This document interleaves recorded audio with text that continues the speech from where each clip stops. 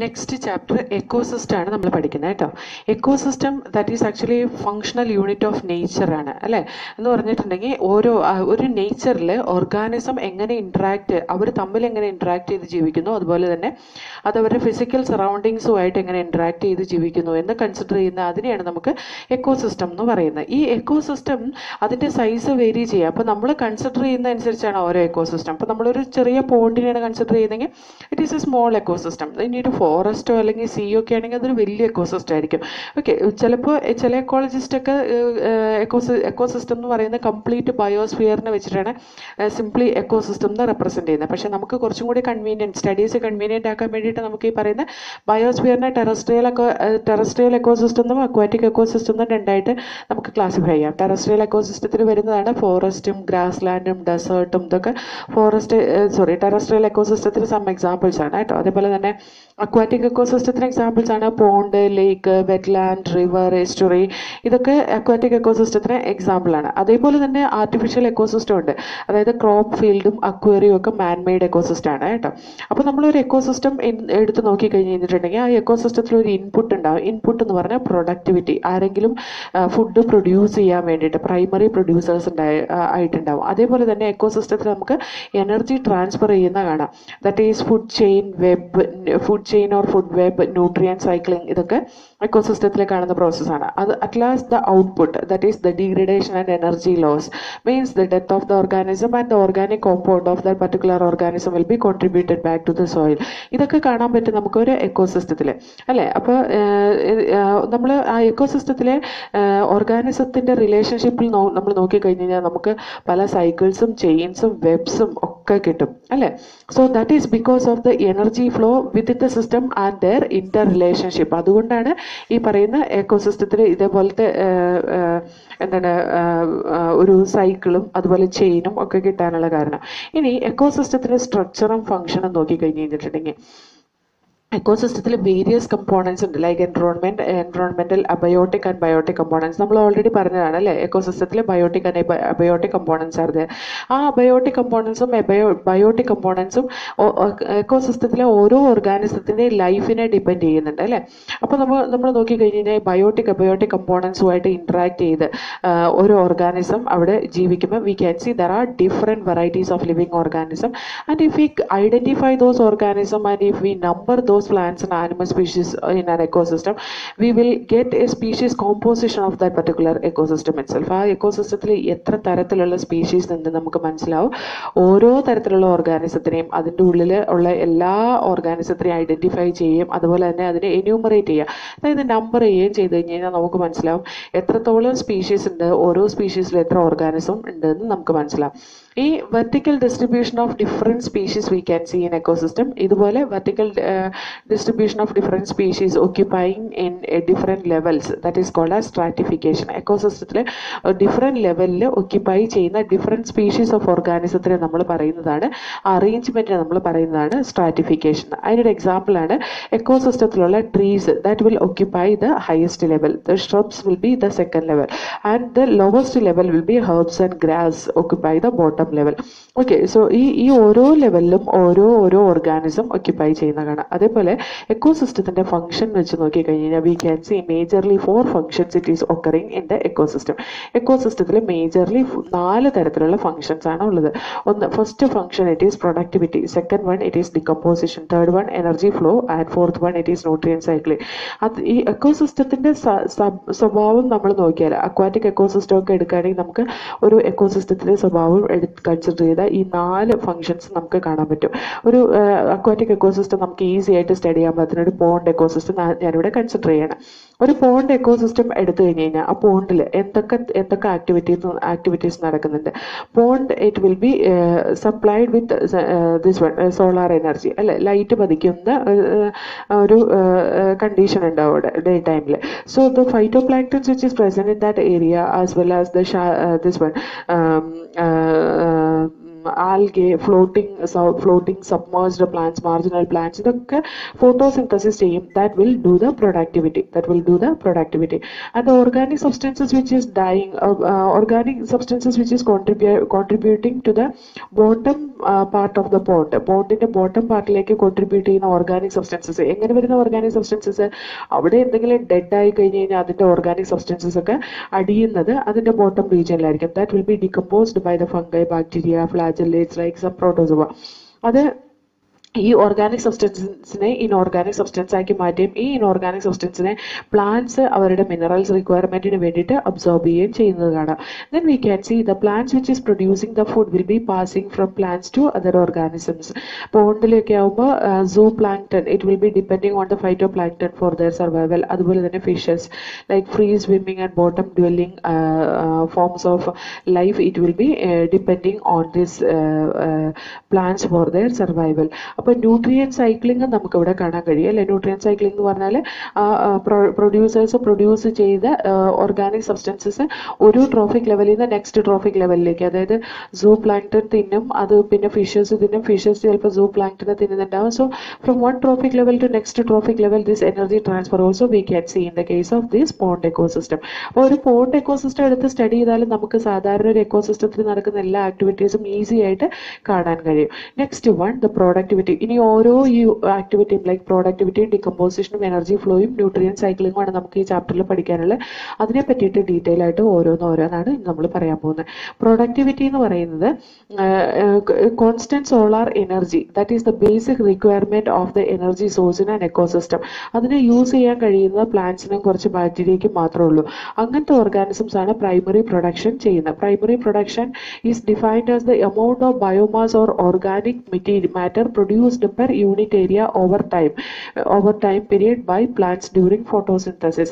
ഒരു യൂണിറ്റ് ഏരിയയിൽ ഒരു പർട്ടിക്കുലർ ടൈം പീരീഡിൽ പ്ലാന്റ്സ് ഫോട്ടോസിന്തസിസ് വഴി സിന്തസൈസ് ചെയ്യുന്ന ഓർഗാനിക് കോമ്പൗണ്ടിനെയാണ് നമ്മൾ പ്രൈമറി പ്രൊഡക്ഷൻ എന്ന് പറയുന്നത്. അത് സാധാരണ എക്സ്പ്രസ് ചെയ്യുന്ന വെയിറ്റിന്റെ ടേമിലോ അല്ലെങ്കിൽ എനർജിയുടെ ടേമിലോ ആണ്. അതായത് ഇത്ര mass compound, organic compound has been produced per gram square of the or per gram square dry weight of that particular organism. അതായത് ഒരു പ്ലാന്റിന്റെ ഡ്രൈ വെയിറ്റിന്റെ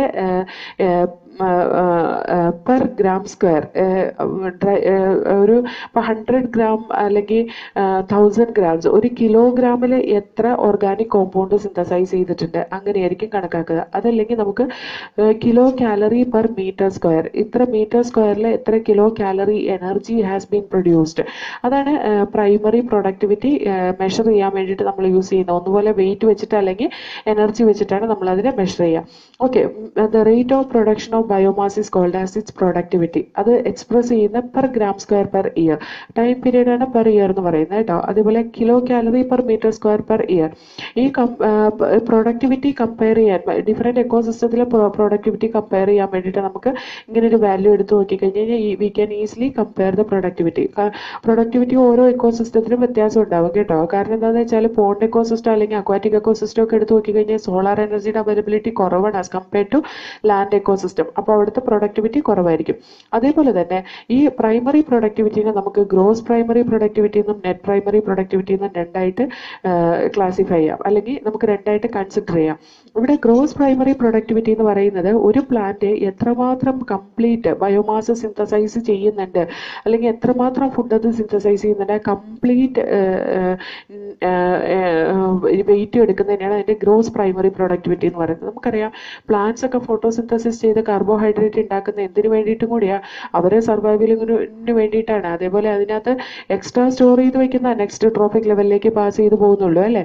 അപ്പോൾ the producers are also using the carbohydrate or the product which is synthesized by those organisms. അപ്പോൾ അത് use ചെയ്യുന്ന എന്തിനു വേണ്ടിയിട്ടാണ്? Respiration വേണ്ടിയിട്ടാണ്. So after the respiration process of its on respiration process how much product is stored, that is called as net primary productivity. അപ്പോൾ gross primary productivity of an ecosystem is the rate of production of organic matter during photosynthesis, and a considerable amount of gross primary productivity is utilized by plants for its own respiration. അത് കഴിഞ്ഞിട്ട് അതായത് gross primary productivity minus respiration will be the net primary productivity. So gross primary productivity minus respiration loss is the net primary productivity. Net primary productivity ആ available biomass മാത്രമാണ് next ലെവലിലേക്ക് ഹെട്രോട്രോഫ്സിനെ consume ചെയ്യാൻ വേണ്ടിയിട്ട് കൺസംഷന് വേണ്ടിയിട്ട് സെൻഡ് ചെയ്യുന്നുള്ളൂ. അതായത് ഹെർബിവോഴ്സിനും ഡികമ്പോസേഴ്സിനും ഒക്കെ കിട്ടുന്നത് ഈ പറയുന്ന നെറ്റ് പ്രൈമറി പ്രൊഡക്ടിവിറ്റിയിൽ അവൈലബിൾ ആയിട്ടുള്ള ബയോമാസ് മാത്രമാണ്. സെക്കൻഡറി പ്രൊഡക്ടിവിറ്റി എന്ന് പറയുന്നത് the rate of formation of new organic matter by the consumers store ചെയ്യുന്ന, അതായത് പ്ലാന്റ്സിനെ തിന്ന് ജീവിക്കുന്ന ഹെർബിവോഴ്സിൽ അത് അവർ സ്റ്റോർ ചെയ്ത് വെക്കുന്ന ബയോമാസ്, അതിനെയാണ് സെക്കൻഡറി പ്രൊഡക്ടിവിറ്റി എന്ന് പറയുന്നത്. അതായത് ഇപ്പോൾ നമ്മൾ ഭക്ഷണം കഴിക്കുമ്പോൾ നമ്മൾ പ്ലാന്റിനെ ഡിപ്പെൻഡ് ചെയ്തിട്ട് ഇപ്പോൾ വെജിറ്റേറിയൻ ഫുഡ് നമ്മൾ കഴിക്കാതിരിക്കട്ടെ, നമ്മൾ കഴിക്കുന്ന ഫുഡിനകത്ത് ന്യൂട്രിയൻസ് ഉള്ളത് കൊണ്ടാണ് നമ്മളത് കഴിക്കുന്നത് അല്ലേ. അപ്പോൾ ആ ന്യൂട്രിയൻസ് നമ്മുടെ ബോഡിയിലെ റെസ്പിറേഷന് വേണ്ടിയിട്ട് എടുത്തതിന് ശേഷം ബാക്കി എത്രമാത്രം നമ്മുടെ ബോഡിയിൽ സ്റ്റോർ ചെയ്യുന്നുണ്ടോ ആ സ്റ്റോറേജ് പ്രോഡക്റ്റിനെയാണ് നമ്മളെ തിന്നുന്ന ഓർഗാനിസത്തിലേക്ക് പോകുന്നത് അല്ലേ. എന്ന് പറഞ്ഞാൽ ഓരോരോ ലെവലിലേക്കും പോകുന്ന സ്റ്റോർഡ് പ്രോഡക്റ്റ് ആണ്. സോ കൺസ്യൂമേഴ്സിൽ സ്റ്റോർ ചെയ്ത് വെച്ചേക്കുന്ന ബയോമാസ് ആണ് സെക്കൻഡറി പ്രൊഡക്ടിവിറ്റി എന്ന് പറയുന്നത്. ഓക്കെ, ഇനി primary productivity depend on many factors. It depend on the plants species and the inhabiting area where it is seen. അതുപോലെ തന്നെ എൻവറോൺമെന്റൽ ഫാക്ടേഴ്സിനെ ഡിപ്പെൻഡ് ചെയ്യുന്നുണ്ട്. കാരണം എന്താ വെച്ചാൽ ന്യൂട്രിയൻസിന്റെ അവൈലബിലിറ്റി വെച്ച് വന്നിട്ട് ഫോട്ടോസിന്തറ്റിക് കപ്പാസിറ്റി, പ്ലാന്റ്സിന്റെ ഫോട്ടോസിന്തറ്റിക് കപ്പാസിറ്റി അനുസരിച്ച്, അതുപോലെ തന്നെ സോളാർ എനർജിയുടെ അവൈലബിലിറ്റി അനുസരിച്ച് ഡിഫറെന്റ് ടൈപ്സ് ഓഫ് എക്കോസിസ്റ്റത്തിൽ അതുകൊണ്ട് തന്നെ ഈ പ്രൈമറി പ്രൊഡക്ടിവിറ്റി വ്യത്യാസം കാണിക്കും. The annual net primary productivity of the whole biosphere നമ്മൾ കൺസിഡർ ചെയ്ത ഏകദേശം 170 ബില്യൺ ടൺസ് ആയിരിക്കും കംപ്ലീറ്റ് ബയോസ്ഫിയറിലെ പ്രൈമറി പ്രൊഡക്ടിവിറ്റി എന്ന് പറയുന്നത്. അതിനകത്ത് ഏകദേശം 70% ലാൻഡിലായിരിക്കും. ഓൺലി 55 ബില്യൺ ടൺസ് ആണ് എവിടെയുള്ളൂ, ഓഷ്യൻ ഏരിയയിൽ അല്ലെങ്കിൽ അക്വാറ്റിക് എക്കോസിസ്റ്റത്തിലുള്ളൂ. ബാക്കിയുള്ളത് മുഴുവൻ ലാൻഡിന്. അതിന് കാരണം എന്താണെന്ന് വെച്ചാൽ ഓഷ്യനിലെ അവൈലബിലിറ്റി ഓഫ് സൺലൈറ്റ് അതിനൊരു കുറച്ച് ലിമിറ്റേഷൻസ് ഉണ്ട്. കാരണം എന്താണെന്ന് വെച്ചാൽ വെള്ളത്തിനകത്തേക്ക് സൺലൈറ്റ് വന്ന് വീഴുമ്പോൾ we know the bottom part of the water that will not get properly the sunlight. അവിടെ ബോട്ടം റീജിയനിലേക്ക് പോകുന്ന ആകെ റെഡ് ലൈറ്റ് മാത്രമേ ഉള്ളൂ. റെഡ് ലൈറ്റിനാണ് വേവ് ലെങ്ത് ഏറ്റവും കൂടുതലുള്ളത്. അവിടെ റെഡ് ആൽഗെ മാത്രമേ സർവൈവ് ചെയ്യുള്ളൂ. അതുകൊണ്ട് തന്നെ അവിടുത്തെ പ്രൊഡക്ടിവിറ്റി മറ്റേതിനെ അപേക്ഷിച്ച് കുറവായിരിക്കും. നെക്സ്റ്റ് നമ്മൾ ഡികമ്പോസിഷൻ നോക്കാം. ഡികമ്പോസിഷൻ എന്ന് പറഞ്ഞാൽ നമുക്കറിയാം എർത്ത് വോം ഫാർമേഴ്സിൻ്റെ ഒക്കെ ഫ്രണ്ടാണ് എർത്ത് വോം അല്ലേ. അത് എന്തുകൊണ്ടാണെന്ന് ചോദിച്ചാൽ കോംപ്ലക്സ് ഓർഗാനിക് മാറ്ററിനെ ബ്രേക്ക് ഡൗൺ ചെയ്യുന്നത് കൊണ്ടും അതുപോലെ തന്നെ സോയിലിനെ ലൂസൺ ചെയ്യുന്നത് കൊണ്ടാണ് നമ്മൾ ഫാർമേഴ്സിൻ്റെ ഫ്രണ്ട് എന്ന് പറയാനുള്ള കാരണം. ഓക്കെ, ഈ ഡികമ്പോസേഴ്സ് കോംപ്ലക്സ് ഓർഗാനിക് മാറ്ററിനെ ബ്രേക്ക് ഡൗൺ ചെയ്ത് ഇനോർഗാനിക് സബ്സ്റ്റൻസ് ആക്കി മാറ്റുന്ന പ്രോസസ്സിനെയാണ് നമ്മൾ ഡികമ്പോസിഷൻ എന്ന് പറയുന്നത്. Okay, dead plants as leaves, bark, flowers, dead remains of animals, fecal matter, ഇതിനെയൊക്കെ കൂടിയിട്ട് നമ്മൾ പറയുന്ന പേരാണ് ഡെട്രീറ്റസ്. ഓക്കെ, അതാണ് ഡികമ്പോസിഷന് വേണ്ട റോ മെറ്റീരിയൽ എന്ന് പറയുന്നത്. അതിനെയാണ് ഡികമ്പോസ് ചെയ്യുന്നത്. അതിൻ്റെ ഇമ്പോർട്ടൻറ്റ് സ്റ്റെപ്പ്, ഡികമ്പോസിഷൻ്റെ ഇമ്പോർട്ടൻറ്റ് സ്റ്റെപ്സ് വന്നിട്ട് ഫ്രാഗ്മെൻറ്റേഷനും ലീച്ചിങ്ങും കാറ്റബോളിസം ഹ്യൂമിഫിക്കേഷൻ ആൻഡ് മിനറലൈസേഷൻ. ഈ 5 സ്റ്റെപ്സ് ആണ് ശരിക്കും ഡികമ്പോസിഷനിൽ നടക്കുന്നത്. ഇനി ഡെട്രിവോർ ടൈപ്പ് ഓഫ് ഓർഗാനിസംസ്, അതായത് എർത്ത് വോം പോലത്തെ ഓർഗാനിസംസ് എന്താ ചെയ്യുന്നതെന്ന് വെച്ചാൽ ഡെട്രീറ്റസിനെ അവർ ബ്രേക്ക് ചെയ്തിട്ട് ചെറിയ ചെറിയ പാർട്ടിക്കിൾസ് ആക്കി മാറ്റും. അതിന് നമ്മൾ പറയുന്നതാണ് ഫ്രാഗ്മെന്റേഷൻ. ഓക്കെ, അതേപോലെ ഫ്രാഗ്മെന്റേഷൻ കഴിഞ്ഞ് ലീച്ചിങ് വഴി വാട്ടർ സോല്യൂബിൾ ആയിട്ടുള്ള ഇനോർഗാനിക് ന്യൂട്രിയൻസ് സോയിൽ ഹൊറൈസണിലേക്ക് പോയിട്ട് അവിടെ പ്രസിപ്പിറ്റേറ്റഡ് ആവും. അത് പ്ലാന്റ്സിന് അവൈലബിൾ ആയിട്ടുള്ള സോൾട്ട് ആയിട്ട് നിലനിൽക്കില്ല. അതിന് നമ്മൾ ലീച്ചിങ് എന്ന് പറയുന്നത്. അപ്പോൾ ലീച്ചിങ് എന്ന് പറയുന്ന ഒരു മിനറൽ ലോസ് ആണ് കേട്ടോ. അതായത് ഫ്രാഗ്മെന്റേഷൻ വഴി ചെറിയ ചെറിയ പാർട്ടിക്കിൾസ് ആയിട്ട് മാറും. ഈ പാർട്ടിക്കിൾസിൽ നിന്ന് വാട്ടർ സോല്യൂബിൾ ഇനോർഗാനിക് ന്യൂട്രിയൻസ് പതുക്കെ ലിബറേറ്റ് ചെയ്ത് പുറത്തേക്ക് വന്ന് സോയിൽ ഹൊറൈസണിൽ കാണും. സോയിൽ ഹൊറൈസണിൽ അത് പ്രസിപ്പിറ്റേറ്റ് ചെയ്താണ് കാണുക. ഈ precipitated form of inorganic salt will not be available to plants. അതിനെയാണ് നമ്മൾ ലീച്ചിങ് എന്ന് പറയുക. വളരെ ഇമ്പോർട്ടൻ്റ് ആണ് കേട്ടോ. അതുപോലെ ബാക്ടീരിയൽ ഫംഗൽ എൻസൈംസ് ഒക്കെ ഡെട്രീറ്റസിനെ ഡീഗ്രേഡ് ചെയ്തിട്ട് ഇനോർഗാനിക് സബ്സ്റ്റൻസ് ആക്കി മാറ്റും. അതിന് നമ്മൾ പറയുന്ന പേരാണ് കാറ്റബോളിസം. അപ്പോൾ ഫ്രാഗ്മെന്റേഷൻ എന്ന് പറയുന്നത് എർത്ത് വോം ചെയ്യുന്നതാണ്. ബാക്കി കാറ്റബോളിസം പ്രോസസ് ചെയ്യുന്നത് ഈ പറയുന്ന ഫംഗസും ബാക്ടീരിയ ഒക്കെ കൂടിയിട്ടാണ്. ഓക്കെ, ഇപ്പം നമ്മൾ പറഞ്ഞ ഈ സ്റ്റെപ്സ് എല്ലാം നടക്കുന്ന ഡെട്രീറ്റസ് മാറ്ററിൽ ഡയറക്റ്റ് ആയിട്ടാണ് നടക്കുന്നത്. ഇനി humification and mineralisation that occurs during the decomposition in സോയിലിൽ ഡികമ്പോസിഷൻ നടക്കുന്ന സമയത്താണ് ഈ പറയുന്ന ഹ്യൂമിഫിക്കേഷനും അതുപോലെ മിനറലൈസേഷനും നടക്കുന്നത്. ഇനി ഹ്യൂമിഫിക്കേഷൻ എന്ന് പറഞ്ഞാൽ എന്താണെന്ന് വെച്ചാൽ, C here in the soil the accumulation of dark colored amorphous substance called humus will be accumulated. അത് highly resistant to microbial action ആണ്. അതായത് ഇപ്പം നമ്മൾ എന്തെങ്കിലും എന്താണ് മാന്യൂറൊക്കെ യൂസ് ചെയ്യുകയാണെങ്കിൽ അതിനകത്തൊക്കെ വെള്ളം കെട്ടി നിന്നിട്ട് അത് പതുക്കെ പതുക്കെ പതുക്കെ ചീഞ്ഞാണ് ഹ്യൂമസ് പോലത്തെ ഇതായിട്ട് മാറുന്നത്. നിങ്ങൾ ശ്രദ്ധിച്ചിട്ടുണ്ടാവില്ല, നമ്മൾ ഈ തെങ്ങിനൊക്കെ തടെടുത്തിട്ട് അതിൻ്റെ ചുവട്ടിൽ നമ്മൾ ചവർ പോലത്തെ സാധനങ്ങളൊക്കെ കൊണ്ടിട്ട് കഴിഞ്ഞ് കഴിഞ്ഞാൽ കുറേ കഴിഞ്ഞ് കഴിയുമ്പോൾ അത് ആ വെള്ളം വീണിട്ട് പിന്നെ അത് അടിഞ്ഞ് കുറേ കഴിയുമ്പോൾ അവിടെ കറുത്ത ഒരു ഹ്യൂമസ് പോലത്തെ അല്ലെങ്കിൽ കറുത്ത ഒരു കൊളോയിഡൽ ആയിട്ടുള്ള സബ്സ്റ്റൻസ് കാണാം. അത് highly resistant to microbial action ആണ്. മൈക്രോബിയൽ ആക്ഷന് ഹൈലി റെസിസ്റ്റന്റ് ആണ്. അതുകൊണ്ട് തന്നെ അതിൻ്റെ ഫർദർ ഡിക്കമ്പോസിഷൻ നടക്കുന്ന വളരെ സ്ലോ റേറ്റിലായിരിക്കും. അതുകൊണ്ടാണ് നമ്മൾ മാനുവറൊക്കെ യൂസ് ചെയ്യുന്ന ഈ കോക്കനട്ടിൻ്റെ ഇതിലൊക്കെ മാനുവറായിട്ട് ഇത് ചവറൊക്കെ യൂസ് ചെയ്യാൻ കാരണം എന്താ വെച്ചാൽ അത് പെട്ടെന്ന് കൊളോയിഡൽ സബ്സ്റ്റൻസ് ഉണ്ടാക്കി പതുക്കെ അതിൻ്റെ മിനറൽസിനെ റിലീസ് ചെയ്യുമ്പോൾ efficient absorption of minerals will take place in plants.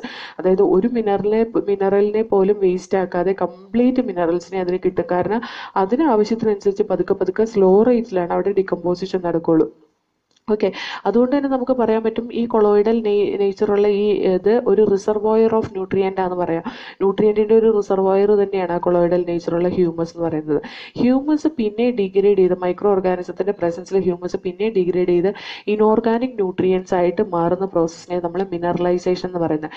ഇവിടെ ഈ ഹ്യൂമസ് ഡിക്കമ്പോസ് ചെയ്യാൻ വേണ്ടിയിട്ട് എങ്ങനെയാണെങ്കിലും ഡിക്കമ്പോസേഴ്സ് എയറോബിക് ഓർഗാനിസംസ് ആണ് കേട്ടോ. ഹ്യൂമസ് മാത്രമല്ല എയറോബിക് ഓർഗാനിസംസ് ആണ് ഡിക്കമ്പോസിഷൻ സഹായിക്കുന്നത്. അപ്പോൾ എയറോബിക് ഓർഗാനിസംസ് കൊളോയിഡൽ സബ്സ്റ്റൻസിന്റെ ഉള്ളിലേക്ക് പ്രവർത്തിക്കാൻ പറ്റില്ല. കാരണം കൊളോയിഡൽ സബ്സ്റ്റൻസിന്റെ ഉള്ളിൽ മുഴുവൻ അനറോബിക് കണ്ടീഷനാണ്.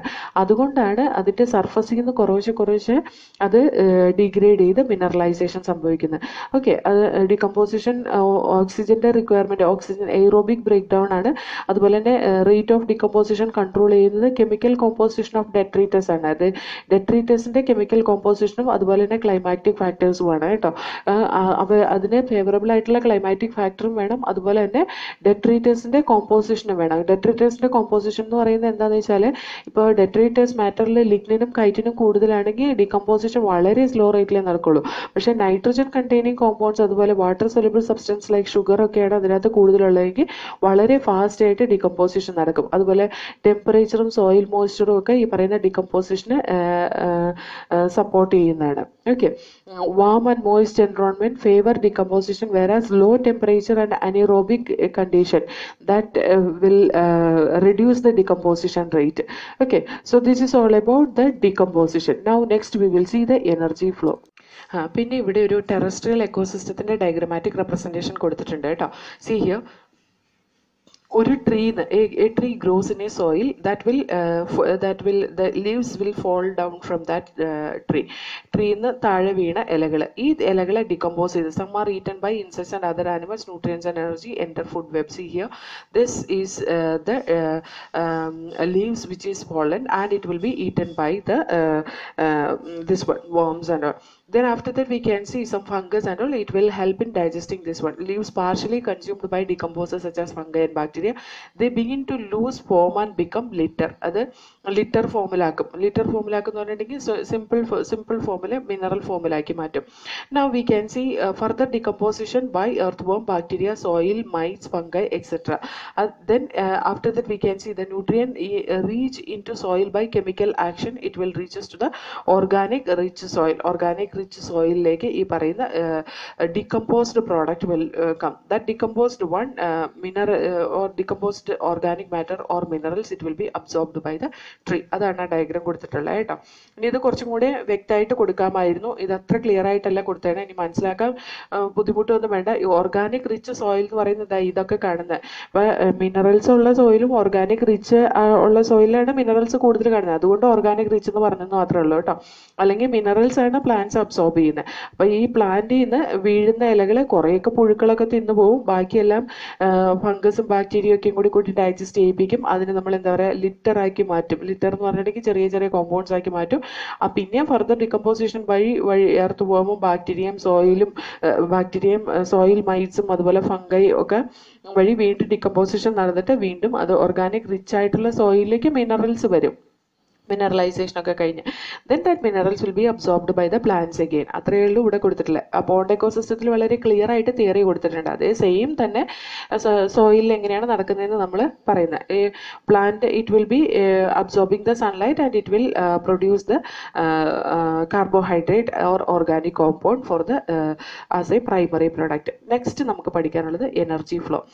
ഓക്കെ, നമുക്കറിയാം ഡീപ്പ് സീയിലും ഹൈഡ്രോ തെർമൽ എക്കോസിസ്റ്റത്തിലും മാത്രമാണ് സണ്ണിൻ്റെ അവൈലബിലിറ്റി കുറവായിട്ടുള്ള. ബാക്കിയെല്ലാം സോളാർ റേഡിയേഷൻ വന്നിട്ട് ഭൂമിയിലൊക്കെ വളരെ നന്നായിട്ട് തന്നെ നമുക്ക് കിട്ടുന്നുണ്ട്. സോളാർ റേഡിയേഷനിലെ 50% മാത്രമാണ് ഫോട്ടോസിന്തറ്റിക്കലി ആക്റ്റീവ് ആയിട്ടുള്ള റേഡിയേഷൻ ഉള്ളൂ. ഓക്കെ, ആ ഫോട്ടോസിന്തറ്റിക്കലി ആക്റ്റീവ് ആയിട്ടുള്ള റേഡിയേഷനെ ഫിക്സ് ചെയ്യാൻ കഴിവുള്ളത് ഫോട്ടോസിന്തസിസ് ചെയ്യുന്ന പ്ലാന്റ്സിനും കീമോസിന്തറ്റിക് ബാക്ടീരിയ ആയിട്ടുള്ള ഓട്ടോട്രോഫിക് ഓർഗാനിസംസിനും മാത്രമേ ഉള്ളൂ. ഓക്കെ, ഈ റേഡിയൻ്റ് എനർജി എന്തിനു വേണ്ടിയിട്ടാണ് യൂസ് ചെയ്യുന്നതെന്ന് വെച്ചാൽ കാർബൺ ഡൈ ഓക്സൈഡും വാട്ടറും പോലെയുള്ള ഇൻഓർഗാനിക് കോമ്പൗണ്ട്സിനെ കാർബോഹൈഡ്രേറ്റ് ആയിട്ട് പോലെയുള്ള ഓർഗാനിക് കോമ്പൗണ്ട്സ് ആക്കി മാറ്റാൻ വേണ്ടിയിട്ടാണ്. അതേപോലെ തന്നെ പ്ലാന്റ്സ് ക്യാപ്ചർ ചെയ്യുന്ന ഈ photosynthetically active radiation 50% radiation photosynthetically active ആണെങ്കിൽ പോലും 2 to 10% of the photosynthetically active radiation മാത്രമാണ് പ്ലാന്റ്സ് അതിൻ്റെ ഫോട്ടോസിന്തസിസിന് വേണ്ടിയിട്ട് യൂസ് ചെയ്യുന്നുള്ളൂ. ഓക്കെ, അതുപോലെ തന്നെ ഈ പ്ലാന്റ്സ് ക്യാപ്ചർ ചെയ്യുന്ന ഈ എനർജി വെച്ച് സിന്തസൈസ് ചെയ്യുന്ന food that will be passed through many organisms in the ecosystem. അപ്പോൾ നമുക്കറിയാം ഈ സോളാർ എനർജി, ഇത്രയും സോളാർ എനർജിയുടെ ഇമ്പോർട്ടൻസ് എന്താണ്. 2 to 10% of solar energy of 50% photosynthetically active radiation, ഇത്രയും മാത്രം യൂസ് ചെയ്തിട്ട് തന്നെ എല്ലാ ഓർഗാനിസത്തിനും സർവൈവ് ചെയ്യാൻ പാകത്തിന് പ്രൈമറി പ്രൊഡക്ഷൻ പ്ലാന്റ്സിലൊക്കെ നടക്കുന്നുണ്ട് അല്ലേ. സോ ഇതിന് കാരണം എന്താണെന്ന് വെച്ചിട്ടുണ്ടെങ്കിൽ ഒരു unidirectional flow from the producers to consumers ഉള്ളത് കൊണ്ട് തന്നെയാണ്. അതുകൊണ്ട് തന്നെ നമുക്ക് കാണാൻ കഴിയും the energy which is coming to the earth, it is used for synthesizing the organic molecule and without any loss it will be passing to the higher trophic level. അതേപോലെ തന്നെ the second law of thermodynamics പറയുന്ന ഈ entropy എന്ന് പറയുന്ന process, അതായത് ഡിസോർഡർലിനെസ് ഇങ്ങനെ ഉണ്ടായിക്കൊണ്ടിരിക്കുന്ന ഒരു പ്രോസസ്സിനെ വീണ്ടും വീണ്ടും ഓർഡർ ഫോമിലാക്കാൻ വേണ്ടിയിട്ട്, എൻട്രോപ്പി ഓവർകം ചെയ്യാൻ വേണ്ടിയിട്ടും എനർജി യൂസ് ചെയ്യുന്നുണ്ട് ഇവിടെ. അതിന് ഇപ്പം നമ്മുടെ ബയോളജിക്കൽ ഫീൽഡിലുള്ള എക്സാമ്പിൾ പറയുകയാണെങ്കിൽ കാർബോഹൈഡ്രേറ്റ് സിന്തസൈസ് ചെയ്ത ആ കാർബോഹൈഡ്രേറ്റ് നമ്മൾ യൂട്ടിലൈസ് ചെയ്യുന്നുണ്ട് അല്ലേ. ഈ കാർബോഹൈഡ്രേറ്റ് ഡൈജസ്റ്റ് ചെയ്യിപ്പിച്ചിട്ട് ഗ്ലൂക്കോസ് മോളിക്യൂളായിട്ട് അബ്സോർബ് ചെയ്ത് ഗ്ലൂക്കോസ് മോളിക്യൂള് റെസ്പിറേഷൻ നടക്കുന്ന സമയത്ത് വീണ്ടും കാർബൺ ഡൈ ഓക്സൈഡും വാട്ടറും തന്നെയായിട്ടല്ലേ മാറുന്നേ. എന്ന് പറഞ്ഞാൽ എന്താ, ഓർഡറാക്കി വെച്ചതായിരുന്നു കാർബോഹൈഡ്രേറ്റിന്റെ ഫോമിൽ. Then again the disorderness it happened because of the respiration. Because of this carbon dioxide and water was formed. This carbon dioxide and water again the plants will be used for synthesizing the carbohydrate molecule. Okay, ഇനി നമ്മൾ ഇങ്ങനെ നോക്കിക്കഴിഞ്ഞ് കഴിഞ്ഞാൽ ഒരു എക്കോസിസ്റ്റത്തിലെ നമ്മൾ green പ്ലാന്റ്സിന് നമുക്ക് പ്രൊഡ്യൂസേഴ്സിന് represent ചെയ്യാം അല്ലേ. Terrestrial എക്കോസിസ്റ്റത്തിലാണെങ്കിൽ major producers എന്ന് പറഞ്ഞാൽ ഹെർബേഷ്യസ് പ്ലാന്റ്സും അതുപോലെ വുഡി പ്ലാന്റ്സും ആണ്. പുല്ലുവർഗ്ഗങ്ങളും അതുപോലെ തന്നെ വലിയ തടിയുള്ള പ്ലാന്റ്സുമാണ് ഏറ്റവും കൂടുതൽ ഫോട്ടോസിന്തസിസ് ചെയ്യുന്നത്. പക്ഷേ അക്വാറ്റിക് എക്കോസിസ്റ്റത്തിലെ ഏറ്റവും കൂടുതൽ ഫോട്ടോസിന്തസിസ് ചെയ്യുന്ന ഫൈറ്റോ പ്ലാങ്ക്ടൺസും ആൽഗയും ഹയർ പ്ലാന്റ്സുമാണ്. Okay, major primary producers in aquatic ecosystem is majorly phytoplankton ആണ് കേട്ടോ. ഡയാറ്റംസ് ഒക്കെ പോലെയുള്ള ഓർഗാനിസം ആണ് ഏറ്റവും കൂടുതൽ ഫോട്ടോസിന്തസിസ് ചെയ്യുന്നത്. ഇനി ഈ energy transfer from one level to next level when we C the food chain can be designed. Food chain design ചെയ്യാൻ പറ്റും. അതുപോലെ ഫുഡ് വെബ് നേച്ചറിൽ എക്സിസ്റ്റ് ചെയ്യുന്നതൊക്കെ കാണാൻ പറ്റും. ഈ ഫുഡ് ചെയിൻ സ്റ്റാർട്ട് ചെയ്യുന്ന അപ്പോൾ എവിടെ നിന്നായിരിക്കും? പ്രൊഡ്യൂസേഴ്സിൽ നിന്ന് തന്നെയായിരിക്കും അല്ലേ. ഫുഡ് വെബ് എന്ന് പറയുന്ന ഡിഫറെൻറ്റ് ഫുഡ് ചെയിൻസ് കണക്റ്റഡ് ആയിട്ട് ഉണ്ടാകുന്നതാണ് ഫുഡ് വെബ് എന്ന് പറയുന്നത്. ഓക്കെ, പ്ലാന്റ്സിൻ്റെ മേലെ ആനിമൽസ് ഫീഡ് ചെയ്യും. അതുപോലെ തന്നെ ആനിമൽസിൻ്റെ മേലെ സെക്കൻഡറി കൺസ്യൂമേഴ്സ് ഫീഡ് ചെയ്യും. അതായത് first primary consumer in the ecosystem എന്ന് പറയുന്നത് എന്താണ്? ഹെർബിവോഴ്സ് ആണ്. ഹെർബിവോഴ്സിനെ തിന്ന് ജീവിക്കുന്ന നെക്സ്റ്റ് ഗ്രൂപ്പ് കാർണിവോഴ്സ് എന്ന് പറയും. പക്ഷെ അത് സെക്കൻഡറി കൺസ്യൂമേഴ്സ് ആണ്. ഈ സെക്കൻഡറി കൺസ്യൂമേഴ്സിനെ തിന്ന് ജീവിക്കുന്ന ടെറിഷറി കൺസ്യൂമേഴ്സും ഉണ്ട്. ഓക്കെ, അപ്പോൾ അതനുസരിച്ച് നമുക്ക് ഈ ഓർഗാനിസത്തിന് പല ലെവലിലുള്ള ഓർഗാനിസത്തിന് നമുക്ക് പല ലെവലിൽ പറയാൻ പറ്റും. അത് ട്രോഫിക് ലെവലിലാണ് അറേഞ്ച് ചെയ്യുന്നതെങ്കിൽ ഫസ്റ്റ് ട്രോഫിക് ലെവലിൽ ഇപ്പോഴും വരുന്ന പ്രൊഡ്യൂസേഴ്സ് ആണ്. സെക്കൻഡ് ട്രോഫിക് ലെവലിൽ വരുന്ന ഹെർബിവോഴ്സ് ആണ്. തേർഡ് ട്രോഫിക് ലെവലിൽ വരുന്നത് പ്രൈമറി കാർണിവോർ ആണ്, അല്ലെങ്കിൽ സെക്കൻഡറി കൺസ്യൂമർ ആണ്. അതുപോലെ തന്നെ ഫോർത്ത് ലെവലിൽ വരുന്നത് സെക്കൻഡറി കാർണിവോർ ആണ്, അല്ലെങ്കിൽ ടെറിഷറി കൺസ്യൂമേഴ്സ് ആണ്. ഓക്കെ, സോ ഹിയർ പല ലെവലിൽ first trophic level, second trophic level, third trophic level, fourth trophic level. Till that we can see the levels, different levels in ecosystem, energy flow in different levels of ecosystem. Okay, അപ്പോൾ നമുക്ക് ഇവിടെ ഒരു food chain എടുത്ത് നോക്കിക്കഴിഞ്ഞ് കഴിഞ്ഞാൽ simple grazing food ചെയിനും അതുപോലെ തന്നെ detritus food ചെയിനും ഉണ്ട്. Simple grazing food chain എന്ന് പറയുന്നത് പ്രൊഡ്യൂസേഴ്സിൽ നിന്ന് സ്റ്റാർട്ട് ചെയ്യുന്നതാണ്. പ്രൊഡ്യൂസേഴ്സും പ്രൈമറി കൺസ്യൂമേഴ്സും സെക്കൻഡറി കൺസ്യൂമേഴ്സും അതൊക്കെയാണ് സിമ്പിൾ ഗ്രേസിംഗ് ഫുഡ് ചെയിനിൽ വരുന്നത്. ഡെട്രിറ്റസ് ഫുഡ് ചെയിൻ എന്ന് പറയുന്നത് it's food chain it starts from the dead organic matter. Dead organic മാറ്ററിനെ ഡികമ്പോസ് ചെയ്ത് ബാക്ടീരിയ അവർ മുതലായിരിക്കും ഡെട്രിറ്റസ് ഫുഡ് ചെയിൻ സ്റ്റാർട്ട് ചെയ്യുക. അതായത് ഡികമ്പോസേഴ്സ് ആണ് ഫസ്റ്റ് ഇതിൽ വരിക. ഡികമ്പോസേഴ്സ് ശരിക്കും പറഞ്ഞാൽ ഹെറ്ററോട്രോഫിക് ഓർഗാനിസം ആണ്, ബാക്ടീരിയം ഫംഗസ് ഒക്കെ ആണ്. They are using the organic compound which is present in the soil for contributing mineral to the plants. അതിനെ ഡിപ്പെൻഡ് ചെയ്തിട്ടാണ് പ്ലാന്റ്സ് ജീവിക്കുന്നത്.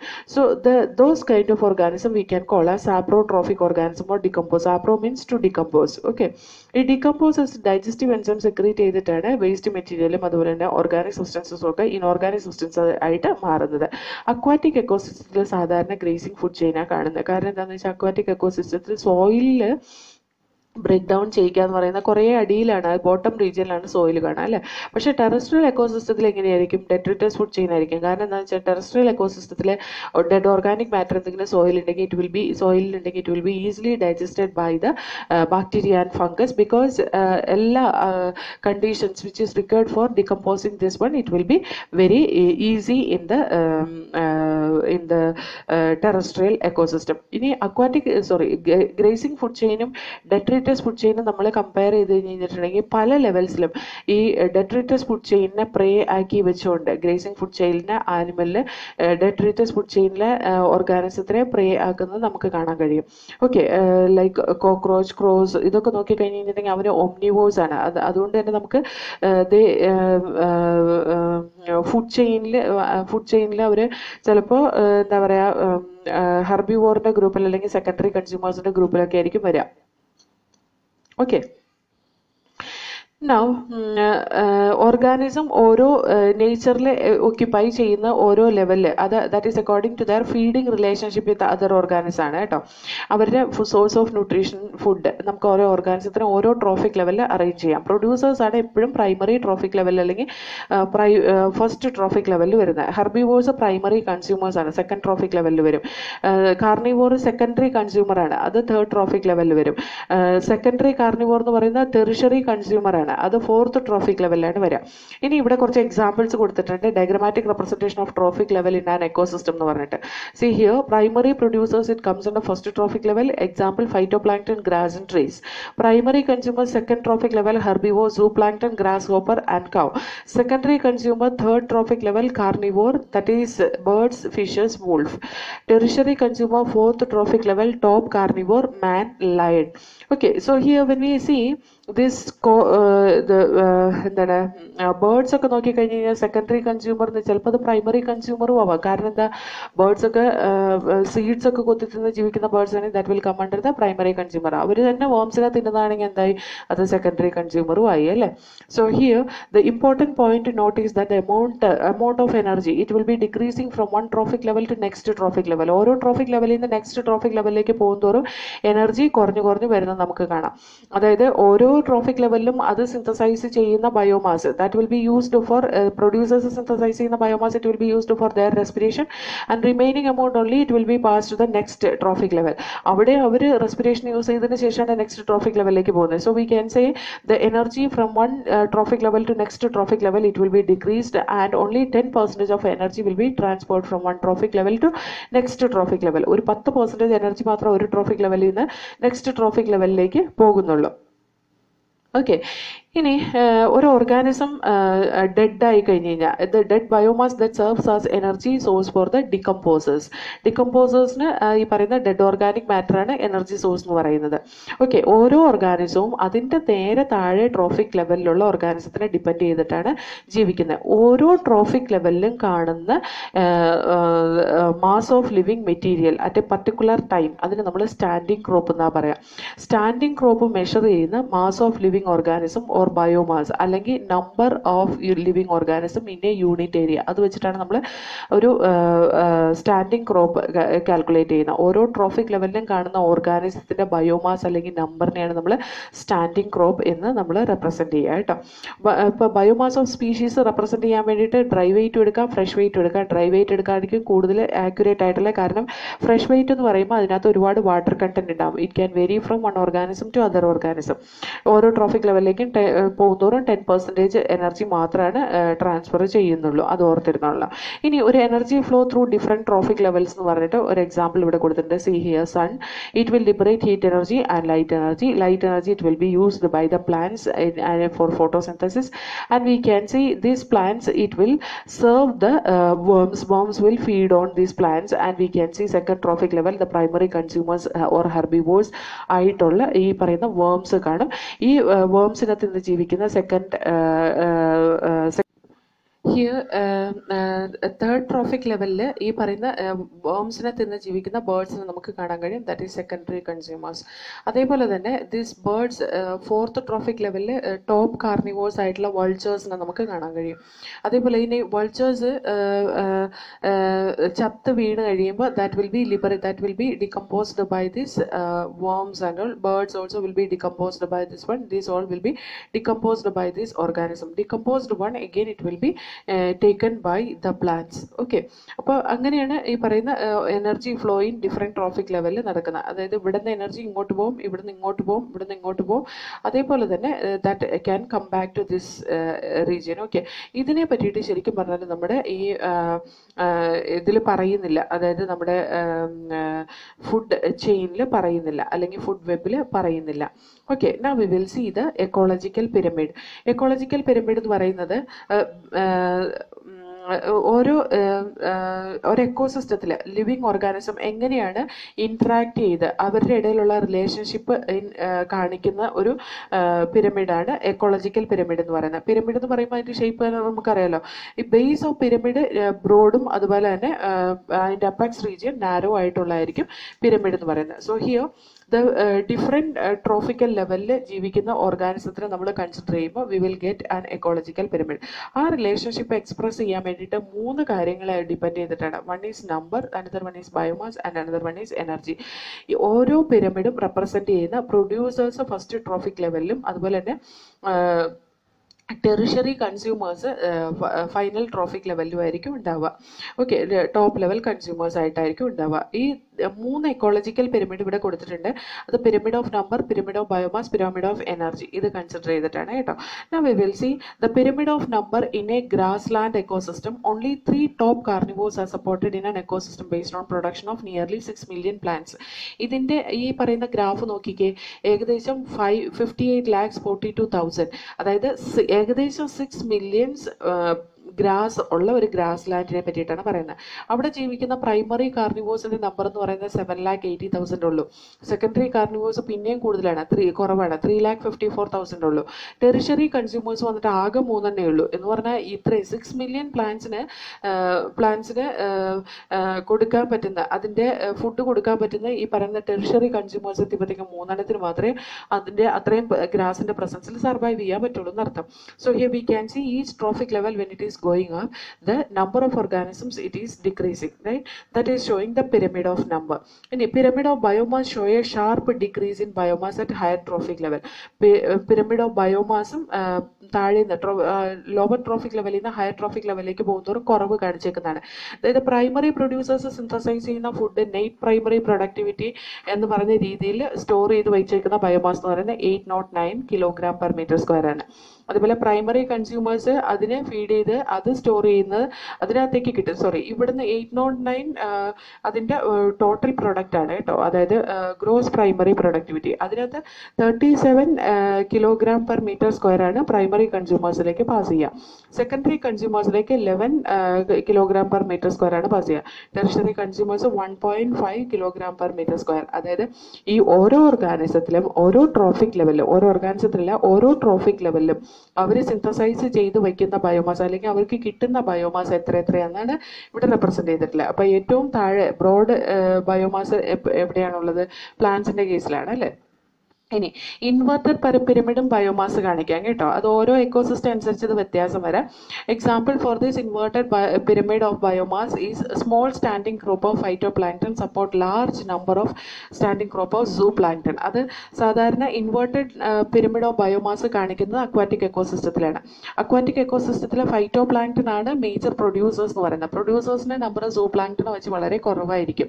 അതുകൊണ്ട് തന്നെ പ്രൊഡ്യൂസേഴ്സിന്റെ ബയോമാസ് നമ്പറല്ല ബയോമാസ്, പ്രൊഡ്യൂസേഴ്സിന്റെ ബയോമാസ് സൂപ്ലാങ്ക്ടൺ വെച്ച് വളരെ കുറവായിരിക്കും. So here we can see the basal level, the this one we get very narrow. So there we get an inverted pyramid. ഓർത്തിരുന്നോളാം കേട്ടോ, ഈ ഇൻവെർട്ടഡ് പിരമിഡ് ഒക്കെ ചോദിക്കും. ഇനി in the case of an energy pyramid, an ideal pyramid of energy, observe that the primary producers convert only 1% of the energy in the sunlight available to them into net primary productivity. അതായത് സൺലൈറ്റിൽ നിന്ന് കിട്ടുന്ന എനർജിയുടെ 1% മാത്രമാണ് ഈ primary പ്രൊഡക്ടിവിറ്റിക്ക് വേണ്ടിയിട്ട് plants use ചെയ്യുന്നത്. അതായത് 10,000 joules energy എവിടെയുണ്ട്? പ്രൈമറി പ്രൊഡ്യൂസേഴ്സിലുണ്ട്. ഇത് നോക്കിക്കേ, 10 lakhs of sunlight that is hitting in the 10 lakhs percentage of sunlight it is hitting into the plant. അതിനകത്ത് 1% മാത്രമാണ് അത് ഫോട്ടോസിന്തസിസിന് വേണ്ടിയിട്ട് യൂസ് ചെയ്യുന്നുള്ളൂ. അത്ര എനർജിയാണ് അവരുണ്ടാക്കുന്നുള്ളൂ. അതിൻ്റെ 10% ആണ് നെക്സ്റ്റ് ലെവലിലേക്ക് പാസ് ചെയ്യുന്നത്. അതായത് 10,000 into 10 divided by 100 that is 1,000. അതേപോലെ നെക്സ്റ്റ് ലെവലിലേക്ക് 1,000 into 10 divided by 100 that is equal to 100. അതുപോലെ നെക്സ്റ്റ് ലെവലിലേക്ക് 100 into 10 divided by 100 that is equal to 10 joule. അപ്പോൾ ഓരോ ലെവലിലേക്ക് പോകുന്നവരും 10% എനർജി മാത്രം വരുന്നത് നമുക്ക് കാണാൻ പറ്റും. So this energy pyramid it will be always upright because the lowest trophic level only will be having the highest energy because this energy has to be transferred from the lowest trophic level to the higher trophic level. Okay, അതേപോലെ തന്നെ when we see this energy pyramid, the ഓരോ trophic ലെവലിലും ഓരോ ഓർഗാനിസത്തിനെ include ചെയ്തിട്ടുണ്ടാവും. Complete ഓർഗാനിസത്തിനെ include ചെയ്താൽ മാത്രമാണ് നമുക്ക് generalisation ചെയ്യാൻ പറ്റുള്ളൂ. അല്ലെങ്കിൽ ജനറലൈസേഷൻ ചെയ്താൽ അത് കറക്റ്റ് ആവില്ല. വളരെ കുറച്ച് ഇൻഡിവിജ്വൽ മാത്രം ഒരു ട്രോഫിക് ലെവലിൽ കൺസിഡർ ചെയ്ത് ജനറലൈസേഷൻ ചെയ്താൽ അത് കറക്റ്റ് ആവില്ല. അതുകൊണ്ട് തന്നെ ജനറലൈസേഷൻ ചെയ്യാൻ വേണ്ടിയിട്ട് we have to consider most of the organism which is present in each particular trophic level. Okay, അതേപോലെ ഓരോ ട്രോഫിക് ലെവൽ എന്ന് പറയുന്നത് നമ്മൾ ഫങ്ഷണൽ ലെവലായിട്ടാണ് കൺസിഡർ ചെയ്യുന്നത്, അല്ലാതെ സ്പീഷീസ് അല്ല കേട്ടോ. ഓരോ സ്പീഷീസിനല്ല ഇവിടെ കൺസിഡർ ചെയ്യുന്നത്. Functionally they are coming in this particular trophic level. Example if we see sparrow is a primary consumer when it eat seeds, fruits, peas. അതായത് സ്പാരോ വന്നിട്ട് ഫ്രൂട്ട്സും സീഡ്സും പീസും ഒക്കെ ഡയറക്റ്റ് കഴിക്കണമെങ്കിൽ അതിന് പ്രൈമറി കൺസ്യൂമർ ആയിട്ടാണ് കൺസിഡർ ചെയ്യുക. അത് ഇൻസെക്റ്റിനെ വേംസിനെ തിന്ന് അത് സെക്കൻഡറി കൺസ്യൂമർ ആയി പോകും അല്ലേ. So here we can see one organism it can occupy more than one trophic level also. Most of the എക്കോസിസ്റ്റത്തിലും പിരമിഡ് ഓഫ് നമ്പറും പിരമിഡ് ഓഫ് എനർജിയും പിരമിഡ് ഓഫ് ബയോമാസും അപ്രൈറ്റ് ആയിരിക്കും. പക്ഷേ ചില എക്സെപ്ഷൻസ് ഉണ്ട്. Because producers are more in number and biomass than the herbivores and herbivores are more in number in and biomass as compared to carnivore. അതേപോലെ തന്നെ energy it will be lower trophic ലെവലിലായിരിക്കും, എപ്പോഴും high ആയിട്ടില്ല. അവിടെ exception ഒന്നുമില്ല. So the exception for this biomass and the number of pyramid here if you were to count the number of insect feeding on a fig tree, അതായത് ഒരു fig tree or big tree, fig tree എന്ന് പറഞ്ഞാൽ ആൽമരം എന്നുള്ളൂ. അതായത് ഒരു വലിയ മരത്തിൽ feed ചെയ്യുന്ന ഒരുപാട് നമ്പർ ഓഫ് ഇൻസെക്ട്സ് ഉണ്ടെങ്കിൽ അവിടുത്തെ പ്രൈമറി പ്രൊഡ്യൂസർ എന്ന് പറയുന്നത് ഏതാണ്? ആ മരമാണ് അല്ലേ. അപ്പോൾ ആ മരത്തിന്റെ നമ്പർ എങ്ങനെയാണ്? ഒന്നേ ഉള്ളൂ. പക്ഷേ ഇൻസെക്ട്സിന്റെ നമ്പർ ഒരുപാടുണ്ട്. So here we will get an inverted pyramid.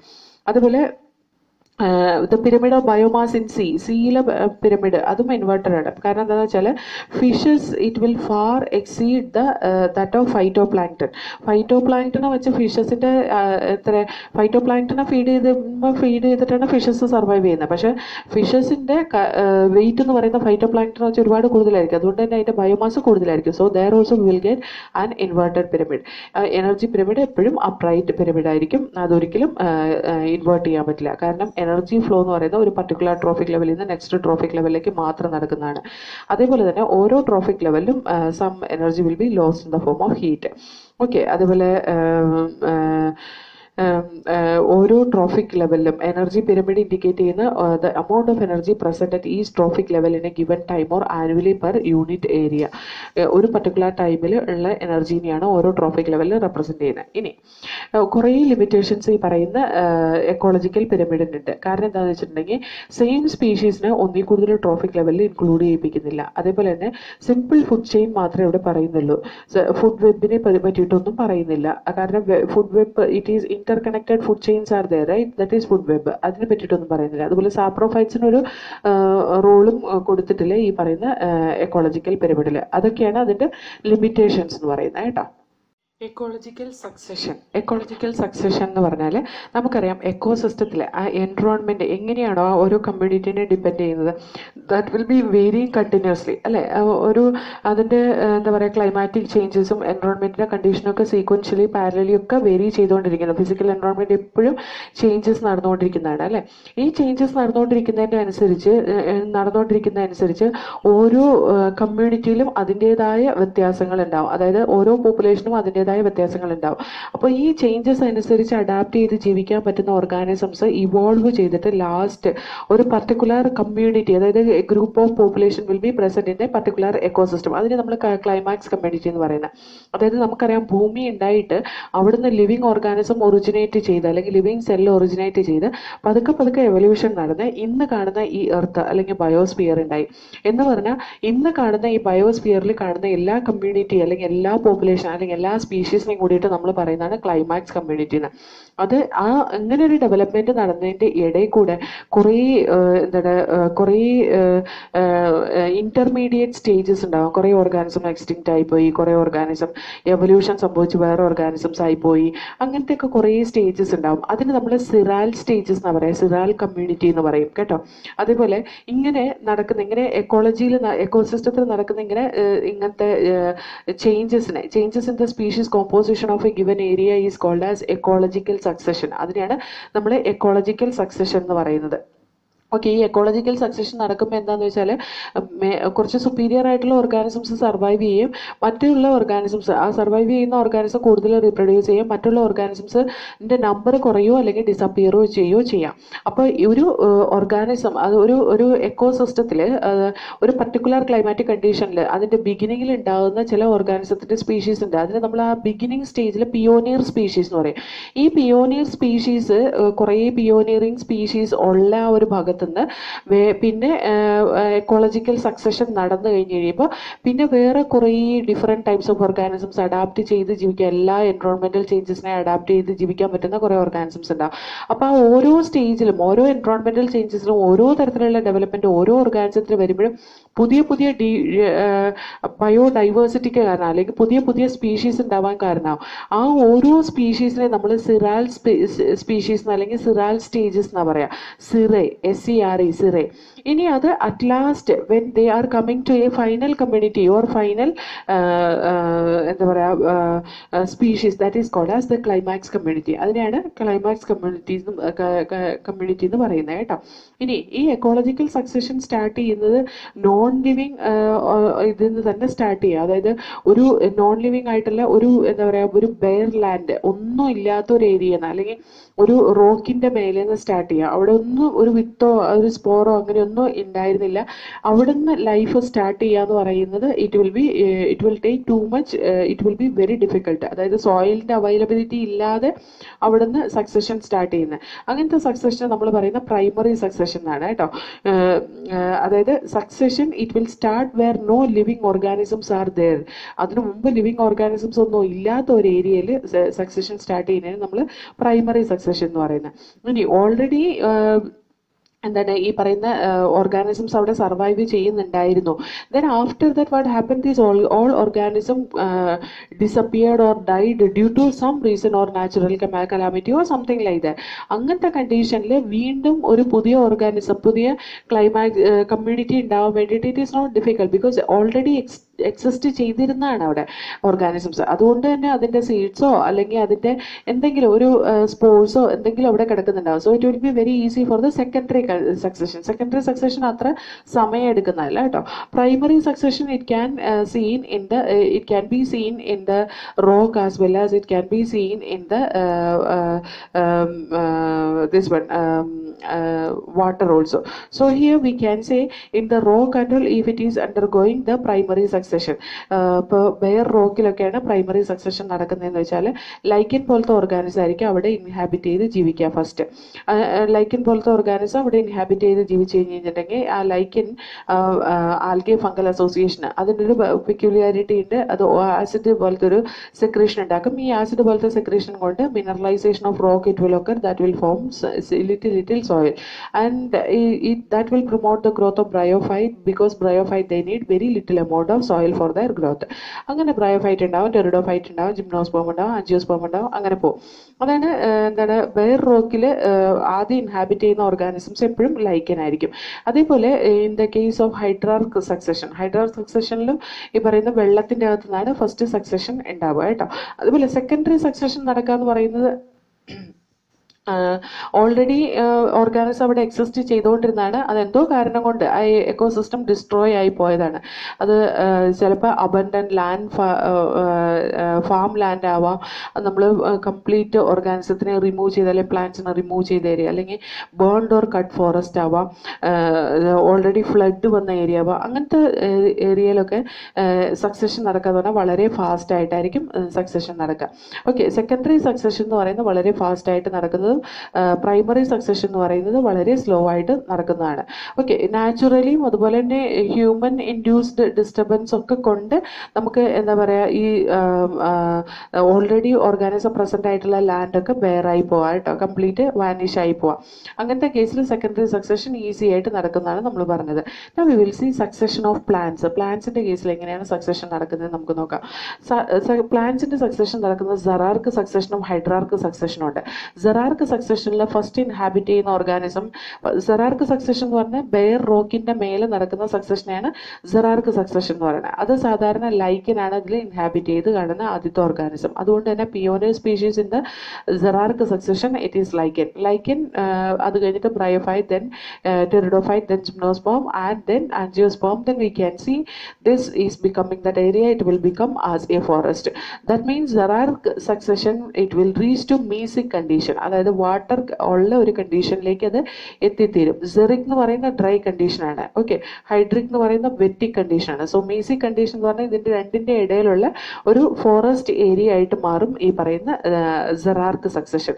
ഇനി ഹൈഡ്രാർക്ക് സക്സഷൻ എന്ന് പറയുന്നത് വെള്ളത്തിൽ നടക്കുന്ന വെറ്റർ ലാൻഡിൽ നടക്കുന്ന സക്സഷനാണ് ഹൈഡ്രാർക്ക് സക്സഷൻ. അതിനിവിടെ ഒരു എക്സാമ്പിൾ കൊടുത്തിട്ടുണ്ട് കേട്ടോ. C here the phytoplanktons it will be present in the aquatic ecosystem that will lead to red swarm stages. Then after that submerged plant stage it will the phytoplankton after that it will form submerged plant stage. Then after that submerged free floating plant stage will form. Then red swarm stage, marsh meadow stage letum. Then after that it will become as a scrub stage. Then after that it will become as a forest. എന്ന് പറഞ്ഞാൽ phytoplankton ജീവിച്ചുകൊണ്ടിരുന്ന ആ aquatic എക്കോസിസ്റ്റത്തിൽ വേറെ ഉണ്ടായിരുന്നില്ല. Then after that some animals as well as some zooplankton, these all were developed. നമ്മൾ പ്ലാന്റിനെ മാത്രം പറയുന്നതുകൊണ്ടാണ് phytoplankton submerged plant stage ഇത് മാത്രം എഴുതിയേക്കുന്നത് കേട്ടോ. Then after that the submerged plant stage it was originated in the bottom of the aquatic ecosystem. കാരണം എന്താണെന്ന് വെച്ചാൽ ഇത് bottom പാർട്ടിൽ ചില ഓർഗാനിക് സബ്സ്റ്റൻസസ് ഒക്കെ അടിഞ്ഞെഴിയുമ്പോൾ അവിടെ കുറച്ച് വളമായിട്ട് മാറും, അതായത് മിനറൽസിന്റെ കോമ്പോസിഷൻ കൂടും. അപ്പോൾ സബ്മേർജ്ഡ് പ്ലാന്റ്സ് ഉണ്ടാവും. സബ്മേർജ്ഡ് പ്ലാന്റിൽ നിന്ന് പിന്നെ ഫ്രീ ഫ്ലോട്ടിംഗ് പ്ലാന്റ്സും ഉണ്ടാവാൻ തുടങ്ങും. പിന്നെ കുറച്ചും കൂടി വലുതായിട്ടുള്ള റീഡ് സ്വാം സ്റ്റേജസ് ഉണ്ടാവും.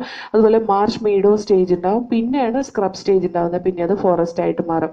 അപ്പോഴത്തേക്കും അത് കംപ്ലീറ്റ് ലാൻഡ് ആയിട്ട് മാറും. ഇതൊക്കെ മില്യൺസ് ഓഫ് ഇയേഴ്സ് എടുത്തിട്ട് നടക്കുന്ന സക്സഷനാണ്. പക്ഷെ നമ്മൾ ഇന്ന് കാണുന്നത് മാൻമെയ്ഡ് ആക്ടിവിറ്റി കൊണ്ട് ഹൈഡ്രാർക്ക് സക്സഷനൊക്കെ വളരെ ഫാസ്റ്റായിട്ട് നടക്കാം കേട്ടോ. മാൻമെയ്ഡ് ആക്ടിവിറ്റി എന്ന് പറയുന്നത് ഇപ്പോൾ നമ്മൾ ഈ ഓർഗാനിക് സബ്സ്റ്റൻസസ് ഒക്കെ സീവേജ് വേസ്റ്റ് ഒക്കെ തുറന്ന് അക്വാറ്റിക് എക്കോസിസ്റ്റത്തിലേക്ക് വിട്ട് കഴിഞ്ഞ് കഴിഞ്ഞാൽ നമ്മൾ ഈ ചെന്നൈയിലൊക്കെ കേൾക്കാൻ പാടില്ലേ എപ്പോഴും ഫ്ലഡ് ഉണ്ടാവുന്നു എന്ന് കേൾക്കണില്ലേ. അതിന് കാരണം എന്താണെന്ന് വെച്ചാൽ ചെന്നൈയിലൊക്കെ ഒരു കാലത്ത് പോയി നോക്കി കഴിഞ്ഞാൽ ഒരുപാട് പോണ്ട്സ് ഉണ്ടായിരുന്നു അവർക്ക്. ഈ പോണ്ട് എല്ലാം ഫില്ലായിപ്പോയി. അത് ഈ ഫാക്ടറിയിൽ നിന്നൊക്കെ വരുന്ന വെള്ളം ഫില്ലായിട്ടാണ് അവിടെ പെട്ടെന്ന് ഫില്ലായി പോയത്. ഫില്ലായി പോവാന്ന് പറഞ്ഞാൽ വെള്ളം കൊണ്ട് ഫില്ലായി എന്നല്ല, that was filled with organic substances. ആ ഓർഗാനിക് സബ്സ്റ്റൻസ് വന്ന് ഫില്ലായി കഴിഞ്ഞ് കഴിഞ്ഞപ്പോൾ എന്തായി, അവിടെ വെള്ളത്തിന്റെ ക്വാണ്ടിറ്റി, വെള്ളം അവിടെ തടഞ്ഞു നിൽക്കാൻ സ്ഥലമില്ലാണ്ടായി. Slowly what happen that became as a land. അത് ലാൻഡായിട്ട് മാറി. അതുകൊണ്ടാണ് അവർക്ക് വാട്ടർ സ്റ്റോറേജിനൊരു ഏരിയ ഇല്ലാത്തതുകൊണ്ടാണ് ഈ പറയുന്ന ഫ്ലഡൊക്കെ ഉണ്ടാവാനുള്ള കാരണം കേട്ടോ. അതൊക്കെ മാൻമെയ്ഡ് ആക്ടിവിറ്റീസ് ഒക്കെ നമ്മുടെ ലൈഫിൽ തന്നെ കാണാവുന്നേ ഉള്ളൂ. അതായത് ഒരു 10-20 വർഷം മുമ്പ് ചെന്നൈയിൽ നമ്മൾ പോയി കഴിഞ്ഞ് കഴിഞ്ഞിട്ടുണ്ടെങ്കിൽ നല്ല ഗ്രീനറിയും അതുപോലെ തന്നെ ഇങ്ങനെ പോണ്ട്സ് ഒക്കെ ഉള്ള നല്ലൊരു സ്ഥലമായിരുന്നു. ഇന്ന് ഫുള്ള് ഇൻഡസ്ട്രിയൽ ഏരിയ ആയിട്ട് മാറി.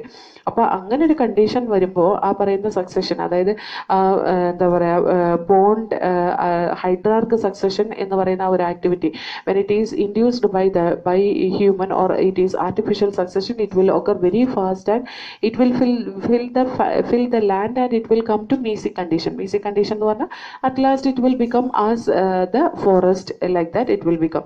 Okay, അപ്പോൾ അതൊക്കെ വളരെ ഇമ്പോർട്ടൻ്റ് ആണ് കേട്ടോ. ഇങ്ങനത്തെ ക്വസ്റ്റ്യൻസ് ചോദിക്കാം. ഈ പറയുന്ന ഹൈഡ്രാർക്ക് സക്സഷനും സെറാർക്ക് സക്സഷനും. ഹൈഡ്രാർക്ക് സക്സഷൻ്റെ ഫസ്റ്റ് പിയോനിയർ സ്പീഷീസ് എന്ന് പറഞ്ഞാൽ ഫൈറ്റോ പ്ലാങ്ക്ടൺ ആണ്. ക്ലൈമാക്സ് കമ്മ്യൂണിറ്റി എന്ന് പറയുന്ന ഫോറസ്റ്റ് ആണ്. അതേപോലെ തന്നെ സെറാർക്ക് സക്സഷനിലും ക്ലൈമാക്സ് കമ്മ്യൂണിറ്റി, പിയോനിയർ സ്പീഷീസ് എന്ന് പറയുന്ന ലൈക്കിനാണ്. അതിൻ്റെ ക്ലൈമാക്സ് കമ്മ്യൂണിറ്റി എന്ന് പറയുന്ന ഫോറസ്റ്റ് തന്നെയാണ്. രണ്ടും മേസി കണ്ടീഷൻ അറ്റൈൻ ചെയ്യാണ് ചെയ്യുന്നത്. Now next one is nutrient cycling. Nutrient cycling എന്ന് പറഞ്ഞാൽ നമ്മുടെ സോയിലിനകത്ത് കുറേ ന്യൂട്രിയൻസ് ഉണ്ട് അല്ലേ. ഈ ന്യൂട്രിയൻസ് ആണ് പ്ലാന്റ്സ് അബ്സോർബ് ചെയ്യുന്നത്, such as carbon, nitrogen, phosphorus, calcium etcetera. Carbon പ്ലാന്റ്സിന് കിട്ടുന്ന മിനറൽ കാർബൺ അല്ല, കാർബൺ ഡൈ ഓക്സൈഡ് ഉണ്ട്, but still carbon is present in our soil, right. ഈ സോയിലിൽ കാണുന്ന കാർബൺ, നൈട്രജൻ, ഫോസ്ഫറസ്, കാൽഷ്യം, ഇതിൻ്റെയൊക്കെ പ്രസൻസ്, അതിൻ്റെ ഒക്കെ at any time this amount of this substance which is present in the soil, that is called as standing state of this particular nutrient. അത് ഓരോ എക്കോസിസ്റ്റത്തിലും vary ചെയ്യും. അതേപോലെ തന്നെ ഈ ന്യൂട്രിയൻസ് ഒരിക്കലും നഷ്ടപ്പെട്ടു പോകുന്നില്ല. It will undergo nutrient cycling. ആ ന്യൂട്രിയൻ സൈക്ലിംഗ് നടക്കുന്നത് ഒന്നുപോലെ ബയോ ജിയോ കെമിക്കൽ സൈക്കിൾ ആവാം. അതായത് റോക്കിൽ നിന്ന്, എയറിൽ നിന്ന്, വാട്ടറിൽ നിന്നൊക്കെ സൈക്കിൾ നടക്കുന്നതാവാം. ന്യൂട്രിയൻ സൈക്ലിംഗ് ശരിക്കും പറഞ്ഞാൽ ബയോ ജിയോ കെമിക്കൽ സൈക്കിൾ എന്നാണ് ന്യൂട്രിയൻ സൈക്ലിങ്ങിന് പറയുന്നത് കേട്ടോ. I'm sorry, biogeochemical cycle എന്നാണ് ന്യൂട്രിയൻ സൈക്ലിങ്ങിന് പറയുന്നത്. അത് രണ്ട് തരത്തിലുണ്ട്, gaseous and sedimentary cycle. Gaseous cycle എന്ന് പറയുന്നത് the reservoir for gaseous type of nutrient cycle, that is നൈട്രജനും കാർബൺ സൈക്കിളുമാണ്. നൈട്രജൻ സൈക്കിൾ നമ്മൾ ഓൾറെഡി പഠിച്ചതാണ്. So here we are going to study carbon cycle. അതുപോലെ സെഡിമെന്ററി സൈക്കിൾ ഉണ്ട്, അത് സൾഫറും ഫോസ്ഫറസും ആണ് കേട്ടോ. അതിൻ്റെ റിസർവോയർ എന്ന് പറയുന്നത് എർത്ത് ക്രസ്റ്റ് ആണ്. എൻവയോൺമെന്റൽ factors, soil moisture, pH, temperature, these all will regulate the rate of release of nutrients into the atmosphere. അറ്റ്മോസ്ഫിയറിലേക്ക് ന്യൂട്രിയൻസിനെ റിലീസ് ചെയ്യുന്നത് ഈ പറയുന്ന സോയിലും മോയ്സ്ചറും pH ടെമ്പറേച്ചറും ഒക്കെയാണ് അതിനെ റെഗുലേറ്റ് ചെയ്യുന്നത്. ഈ റിസർവോയറിൻ്റെ ഫംഗ്ഷൻ എന്താണെന്ന് വെച്ചാൽ ഈ ന്യൂട്രിയൻസിൻ്റെ ഇംബാലൻസ് വന്നാൽ അതിനെ റെഗുലേറ്റ് ചെയ്യുക by influx and efflux of these nutrients. Okay, ഇനി നമുക്ക് നൈട്രജൻ സൈക്കിൾ നമ്മൾ ഓൾറെഡി 11th സ്റ്റാൻഡേർഡിൽ പറഞ്ഞതാണ്. So we are studying carbon cycle, phosphorus cycle. Carbon cycle എന്ന് പറഞ്ഞാൽ നമ്മുടെ ഓരോ ഓർഗാനിസത്തിന് എടുത്ത് നോക്കിയാൽ അതിൻ്റെ ബോഡിയുടെ 49% ഡ്രൈ വെയിറ്റും കാർബൺ കൊണ്ട് ഉണ്ടാക്കിയിട്ടുള്ളതാണ്. ഓക്കെ, അത് വാട്ടർ കഴിഞ്ഞാൽ നെക്സ്റ്റ് ഉള്ളത് കാർബൺ ആണ് കേട്ടോ. അതുപോലെ total quantity of global carbon എന്ന് പറയുന്നത് around 71% carbon it will be present in the ocean. ഓഷ്യനിലാണ് 71% കാർബൺ ഉള്ളത്. Oceanic reservoir regulate the amount of carbon dioxide in the atmosphere. Ocean ഒരു റിസർവോയർ തന്നെയായിട്ടാണ് ആക്ട് ചെയ്യുന്നത്. അതാണ് ഒരു കാർബണിൻ്റെ ഒരു റെഗുലേറ്റർ ആയിട്ട് ആക്ട് ചെയ്യുന്നത്. അതുപോലെ തന്നെ ടോട്ടൽ ഗ്ലോബൽ കാർബൺ അറ്റ്മോസ്ഫിയറിൽ കാണുന്ന 1% മാത്രമേ ഉള്ളൂ കേട്ടോ. അതുപോലെ ഫോസിൽ ഫ്യൂവല് കാർബണിൻ്റെ റിസർവോയർ ആയിട്ട് ആക്ട് ചെയ്യുന്നുണ്ട്. കാർബൺ സൈക്കിൾ നടക്കുന്ന അറ്റ്മോസ്ഫിയർ വഴിയും ഓഷ്യൻ വഴിയാണ്. അതുപോലെ living and dead organism also will take part in this. നമ്മൾ പ്ലാന്റ്സിൽ നോക്കി കഴിഞ്ഞ് കഴിഞ്ഞാൽ ഏകദേശം 4 × 10⁻13 kilogram of carbon it is fixed in the biosphere through photosynthesis annually. ഒരു വർഷത്തിന് 4 × 10⁻13 കിലോഗ്രാം ഓഫ് കാർബൺ ഫിക്സ് ചെയ്യുന്നുണ്ട്. Considerable amount of carbon carbon അറ്റ്മോസ്ഫിയറിലേക്ക് റിട്ടേൺ ചെയ്യുന്നുണ്ട്. എങ്ങനെയാണെന്ന് വെച്ചാൽ റെസ്പിറേറ്ററി ആക്ടിവിറ്റി ഉണ്ട്. നമുക്കറിയാം, നമ്മളൊക്കെ റെസ്പയർ ചെയ്യുമ്പോൾ കാർബൺ ഡൈ ഓക്സൈഡ് പ്രൊഡ്യൂസ് ചെയ്യുന്നുണ്ട്. ആ കാർബൺ ഡൈ ഓക്സൈഡ് ഈ പറയുന്ന 4 × 10⁻13 kilogram of carbon if it is used by the plants that will be contributed back by the respiration process. അതേപോലെ ഡീകമ്പോസേഴ്സും കാർബൺ ഡൈ ഓക്സൈഡ് ഇത് ചെയ്യുന്നുണ്ട്, ലിബറേറ്റ് ചെയ്യുന്നുണ്ട് അറ്റ്മോസ്ഫിയറിലേക്ക്. ഡെഡ് ഓർഗാനിക് മാറ്ററിൽ നിന്ന് അതിനെ ഡീകമ്പോസ് ചെയ്യുമ്പോൾ കാർബൺ ഡൈ ഓക്സൈഡിനെ ലിബറേറ്റ് ചെയ്യുന്നുണ്ട്. അതുപോലെ ഫിക്സ്ഡ് കാർബൺ ഈ പറയുന്ന കാർബൺ ഡൈ ഓക്സൈഡിൽ നിന്ന് സർക്കുലേഷനിൽ നിന്ന് തന്നെ റിമൂവ് ആയി പോകുന്നതാണ് കേട്ടോ. Already fixed carbon is loss to sediment and remove from circulation. സെഡിമെന്റിലേക്ക് പോകുന്ന പിന്നെ ഒന്നും ചെയ്യാൻ കഴിയില്ല.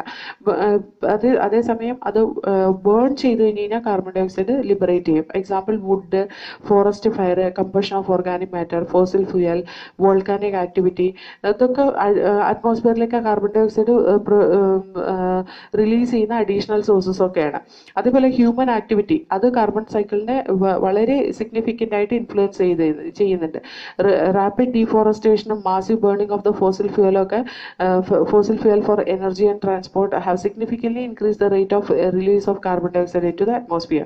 കാർബൺ ഡൈ ഓക്സൈഡ് ഒരളവ് വരെ കൂടുതൽ നല്ലതുള്ളൂ. ബാക്കിയായി കഴിഞ്ഞ് കഴിഞ്ഞാൽ പിന്നെ ഗ്ലോബൽ വാർമിങ്ങിനൊക്കെ കാരണമാകും. കാരണം കാർബൺ ഡൈ ഓക്സൈഡാണ് ഭൂമിയിലേക്ക് വരുന്ന സൺലൈറ്റിനെ ട്രാപ്പ് ചെയ്ത് ഭൂമിയിൽ തന്നെ നിലനിർത്തുന്നതും ടെമ്പറേച്ചർ കൂട്ടുന്നതും. അതുപോലെ നെക്സ്റ്റ് ഫോസ്ഫറസ് സൈക്കിളാണ്. ഫോസ്ഫറസ് എന്ന് പറയുന്നത് ശരിക്കും ലിവിങ് ഓർഗാനിസത്തിൽ കാണുന്ന ബയോളജിക്കൽ മെമ്പറൈനിലെ ഒരു ഇമ്പോർട്ടൻറ്റ് കമ്പോണൻ്റ് ആണ് ഫോസ്ഫോലിപ്പിഡ്. ന്യൂക്ലിക് ആസിഡിൽ ഫോസ്ഫോറിക് ആസിഡ് ഉണ്ട്. അതുപോലെ സെല്ലുലാർ എനർജി ട്രാൻസ്ഫറിൽ ATP മോളിക്യൂളിൽ ഫോസ്ഫേറ്റ് മോളിക്യൂൾ ഉണ്ട്. So phosphorus it is very important for the growth of a living organism or the survival of a living organism. Okay. അതേപോലെ ചില organisms അവരുടെ shells ഉണ്ടാക്കാനും ബോണിന് വേണ്ടിയിട്ടും ടീത്തിന് വേണ്ടിയിട്ടൊക്കെ ഫോസ്ഫറസ് യൂസ് ചെയ്യുന്നുണ്ട്. ഫോസ്ഫറസിൻ്റെ നാച്ചുറൽ റിസർവോയർ എന്ന് പറയുന്ന റോക്കാണ്. ഫോസ്ഫറസ് ഫോസ്ഫേറ്റ് ഫോമിലാണ് റോക്കിൽ കാണുന്നത്. റോക്ക് വെതർ ഓഫ് ചെയ്യുമ്പോഴാണ് minute amount of this phosphate dissolve in soil solution and അതാണ് പ്ലാന്റ്സിൻ്റെ റൂട്ട് അബ്സോർബ് ചെയ്യുന്നത്. ഹെർബിവോഴ്സിലും അതുപോലെ അതർ ആനിമൽസിലും ഒക്കെ ഈ ഫോസ്ഫറസിൻ്റെ അളവ് കിട്ടുന്നത് എവിടുന്നാന്ന് വെച്ചാൽ പ്ലാന്റ്സിൽ നിന്നാണ് ഈ പറയുന്ന ഓർഗാനിസത്തിന് കിട്ടുന്നത്. അതുപോലെ വേസ്റ്റ് പ്രോഡക്റ്റിൽ നിന്നും ഡെഡ് ഓർഗാനിസംസ് ഡീകമ്പോസ് ചെയ്യുമ്പോൾ ഫോസ്ഫേറ്റ് സൊലുബിലൈസിംഗ് ബാക്ടീരിയ ഫോസ്ഫറസ് റിലീസ് ചെയ്യുന്നുണ്ട് കേട്ടോ. അതുപോലെ കാർബൺ സൈക്കിളിനെ പോലെ റെസ്പിറേറ്ററി റിലീസ് ഒന്നും ഫോസ്ഫറസിനില്ല. ഓക്കെ. അതേപോലെ കാർബൺ സൈക്കിളും ഫോസ്ഫറസ് സൈക്കിളും തമ്മിലുള്ള രണ്ട് മേജർ ഡിഫറൻസ് എന്ന് പറയുന്നത് അറ്റ്മോസ്ഫിയറിക് ഇൻപുട്ട് ഫോസ്ഫറസിനില്ല, റെയിൻഫോൾ അതുപോലെ തന്നെ ത്രൂ റെയിൻഫോൾ. അതുപോലെ secondly gaseous exchange of phosphorus between organism and environment is negligible. വളരെ കുറച്ച് മാത്രമേ നടക്കുന്നുള്ളൂ. അതുപോലെ തന്നെയാണ് അറ്റ്മോസ്ഫിയറിക് ഇൻപുട്ട് ഓഫ് ഫോസ്ഫറസ് വളരെ നെഗ്ലിജിബിൾ ആയിട്ടുള്ള ക്വാണ്ടിറ്റിയിൽ മാത്രമേ നടക്കുന്നുള്ളൂ. ഇനി സിംപ്ലിഫൈഡ് മോഡൽ ഓഫ് ഫോസ്ഫറസ് സൈക്ലിങ്ങിനെ ടെറസ്ട്രിയൽ എക്കോസിസ്റ്റം ഇവിടെ കൊടുത്തിട്ടുണ്ട്. ഇവിടെ റോക്ക് മിനറൽസിൽ നിന്നാണ് ഫോസ്ഫറസ് ലിബറേറ്റ് ചെയ്യുന്നത്. ആ ഫോസ്ഫറസ് റോക്ക് വിതർ ഓഫ് ചെയ്യുമ്പോൾ സോയിൽ സൊല്യൂഷനിൽ ഡിസോൾവ് ആയിട്ടുള്ളത് പ്രൊഡ്യൂസേഴ്സ് അബ്സോർബ് ചെയ്യും, കുറേയൊക്കെ വെള്ളത്തിൽ കൂടെ ഒലിച്ചു പോകും. അതുപോലെ തന്നെ ഈ പ്രൊഡ്യൂസേഴ്സിൽ നിന്ന് കൺസ്യൂമേഴ്സ് എടുക്കും, കൺസ്യൂമേഴ്സിൽ നിന്ന് ഡെട്രീറ്റേഴ്സിലേക്ക് എത്തും, ഡെട്രീറ്റേഴ്സിൽ നിന്ന് അത് വീണ്ടും സോയിൽ സൊല്യൂഷനിലേക്ക് എത്തും ബൈ ഡികമ്പോസിഷൻ വഴി. അതുപോലെ തന്നെ പ്രൊഡ്യൂസേഴ്സിൽ നിന്ന് വീണ് പോകുന്ന ഇലകളിൽ നിന്നും അതുപോലെ തന്നെ പ്ലാന്റ് പാർട്സിൽ നിന്നൊക്കെ വീണ്ടും ഈ സോയിലിലേക്ക് ഈ ഫോസ്ഫറസിനെ കോൺട്രിബ്യൂട്ട് ചെയ്യുന്നുണ്ട് കേട്ടോ. So this is all about the phosphorus cycle. ഇനി നമുക്ക് എക്കോസിസ്റ്റം സർവീസ് ആണ് നമുക്ക് നോക്കാനുള്ളത്. ഒരു ഹെൽത്തി എക്കോസിസ്റ്റം എന്ന് പറയുന്നത് എസ്തെറ്റിക് വാല്യൂം അതുപോലെ തന്നെ എസ്തെറ്റിക് ഗുഡ്സിനും സർവീസിനും വളരെ ഇമ്പോർട്ടൻ്റ് ആയിട്ടുള്ള ഒരു ഫാക്ടർ തന്നെയാണ്. എക്കോസിസ്റ്റത്തിൻ്റെ പ്രോഡക്റ്റിനെയാണ് നമ്മൾ എക്കോസിസ്റ്റം സർവീസ് എന്ന് പറയുന്നത്. ഒരു ഹെൽത്തി ഫോറസ്റ്റ് നോക്കി കഴിഞ്ഞ് കഴിഞ്ഞിട്ടുണ്ടെങ്കിൽ they will be able to purify the air and water. അതുപോലെ ഡ്രോട്ടിനെയും ഫ്ലഡിനെയും ഒക്കെ തടയാൻ കഴിയും. ന്യൂട്രിയൻ സൈക്ലിങ്ങിന് ഹെൽപ്പ് ചെയ്യും. അതുപോലെ ഫെർട്ടൈൽ സോയിൽസ് ഉണ്ടാക്കും. വൈൽഡ് ലൈഫിന് ഹാബിറ്റാറ്റ് കൊടുക്കും. ബയോഡൈവേഴ്സിറ്റിനെ ഇൻഡ്യൂസ് ചെയ്യിപ്പിക്കും. പോളിനേഷൻ ഓഫ് ക്രോപ്പ് അത് നടക്കുന്ന ഈ പറയുന്ന ഫോറസ്റ്റിൽ നിന്നുള്ള ഓർഗാനിസംസ് വന്നിട്ടാണ്. അതുപോലെ provide storage site for carbon and also provide aesthetic culture and spiritual value. കാർബണിൻ്റെ സ്റ്റോറേജ് സൈറ്റും അതുപോലെ കാർബണിൻ്റെ സ്റ്റോറേജ് സൈറ്റ് എന്ന് പറയുന്നത് എന്ത് ഫോമില? കാർബോഹൈഡ്രേറ്റിൻ്റെ ഫോമില കേട്ടോ. അതുപോലെ തന്നെ കൾച്ചറിൻ്റെ എസ്തെറ്റിക് സ്പിരിച്വൽ വാല്യൂസ് ഒക്കെ ഉള്ള aesthetic culture and spiritual values ഒക്കെ ഉള്ള ഒരു ഇത് കോൺട്രിബ്യൂട്ട് ചെയ്യാൻ പറ്റും ഹെൽത്തി ഫോറസ്റ്റിന്. ഓക്കെ. ശരിക്കും പറഞ്ഞാൽ ഇങ്ങനത്തെ ഒരു വാല്യൂ ഡിറ്റർമൈൻ ചെയ്യാൻ വളരെ ബുദ്ധിമുട്ടാണ്. ബയോഡൈവേഴ്സിറ്റി തന്നെ നമുക്ക് വളരെ ഗണ്യമായ ഒരു പ്രൈസ് ടാഗ് തന്നെയാണ് ഇട്ട് തരുന്നത്. ഹെഫ്റ്റി എന്ന് പറയുന്ന ഗണ്യമായ നാട്ടാ ഗണ്യമായൊരു പ്രൈസ് ടാഗ് തന്നെ ഇട്ട് തരുന്ന എക്കോസിസ്റ്റം സർവീസിന്.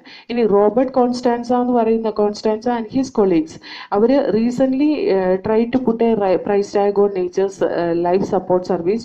അവർ പുട്ടൊരു പ്രൈസ് ടാഗ് എന്ന് പറയുന്നത് അവരിട്ടൊരു പ്രൈസ് ടാഗ് എന്ന് പറയുന്നത് $33 trillion ആണ് ഒരു ഇയറിൽ. That is actually the half of the fundamental ecosystem സർവീസിന്റെ വാല്യൂ ആണ് കേട്ടോ ഇത്. അത് that is nearly twice the value of the global gross natural product. അതായത് GNP-യുടെ ഏകദേശം ഡബിൾ ആയിട്ട് വരും. GNP എന്ന് പറയുന്നതൊക്കെ $18 trillion ആണ് പെർ ആനം. അതുപോലെ total cost of these various ecosystem സർവീസിൽ സോയിൽ ഫോർമേഷന് 50% യൂസ് ചെയ്യുന്നുണ്ട്. Contribution of other services like recreation and nutrient സൈക്കിളിന് 10% താഴെ യൂസ് ചെയ്യുന്നുണ്ട്. അതുപോലെ ക്ലൈമറ്റ് ജനറേഷനും ഹാബിറ്റാറ്റ് അവൈലബിലിറ്റിക്കും for the wild life they use 6% of this ecosystem service. നമ്മളെ ഇട്ട വാല്യൂന്ന് ഒരു 6% ഇവിടെയും യൂസ് ചെയ്യുന്നുണ്ട്. So this is all about the chapter ecosystem. ഇത് നന്നായി വായിച്ചു പോകേണ്ട ഒരു ചാപ്റ്ററാണ് കേട്ടോ.